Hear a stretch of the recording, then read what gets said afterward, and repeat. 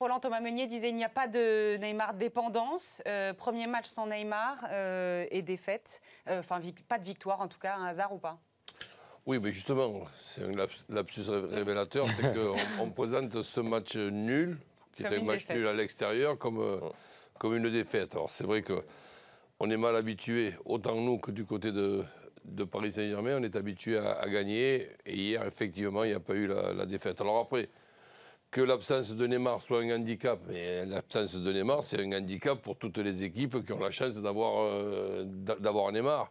Après, savoir ce qui se serait passé avec Neymar, j'en sais rien. Par contre, ce que l'on peut savoir, c'est que le Paris Saint-Germain, sur les 2 derniers matchs, même s'il y avait eu victoire contre Lyon, ben nous avions vu déjà Lyon qui a peut-être donné de bonnes idées à Montpellier. Et les bonnes idées, c'est de se dire, tiens, avec un gros match, une pelouse qui a peut-être avantagé les Montpelliérains sans enlever leur mérite. Cette pelouse a peut-être désavantagé les Parisiens. Et donc, nous venons de voir un Paris un petit peu laborieux sur les 4 dernières mi-temps, disons, autant contre Lyon que contre Montpellier.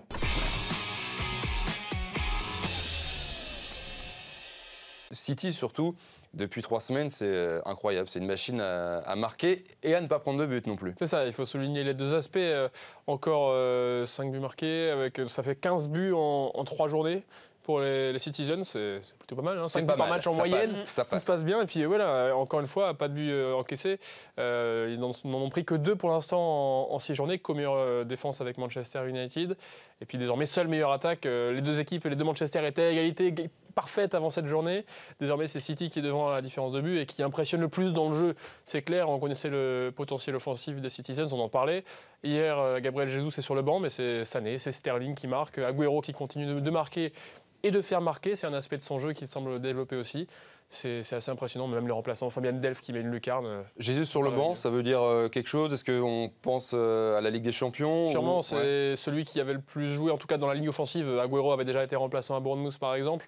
Jesus, lui, avait tout le temps été titulaire à chaque rencontre, donc c'était dans la logique de rotation et le calendrier qui est assez chargé, c'était pas illogique de le laisser sur le banc et ça n'a pas porté préjudice hier. Il y a suffisamment de ressources pour compenser ça.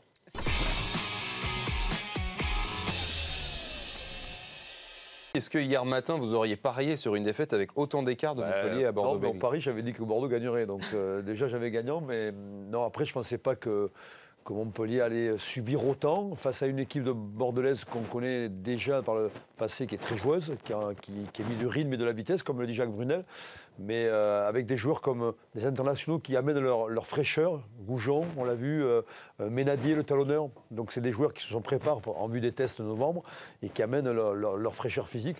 On l'a vu, c'était déterminant sur ce match-là. Mais pareil que La Rochelle, il y a cette envie de se faire plaisir. On a l'impression qu'il y a un collectif qui est bien présent, qui a envie d'aller chercher, titiller les 2 premières places.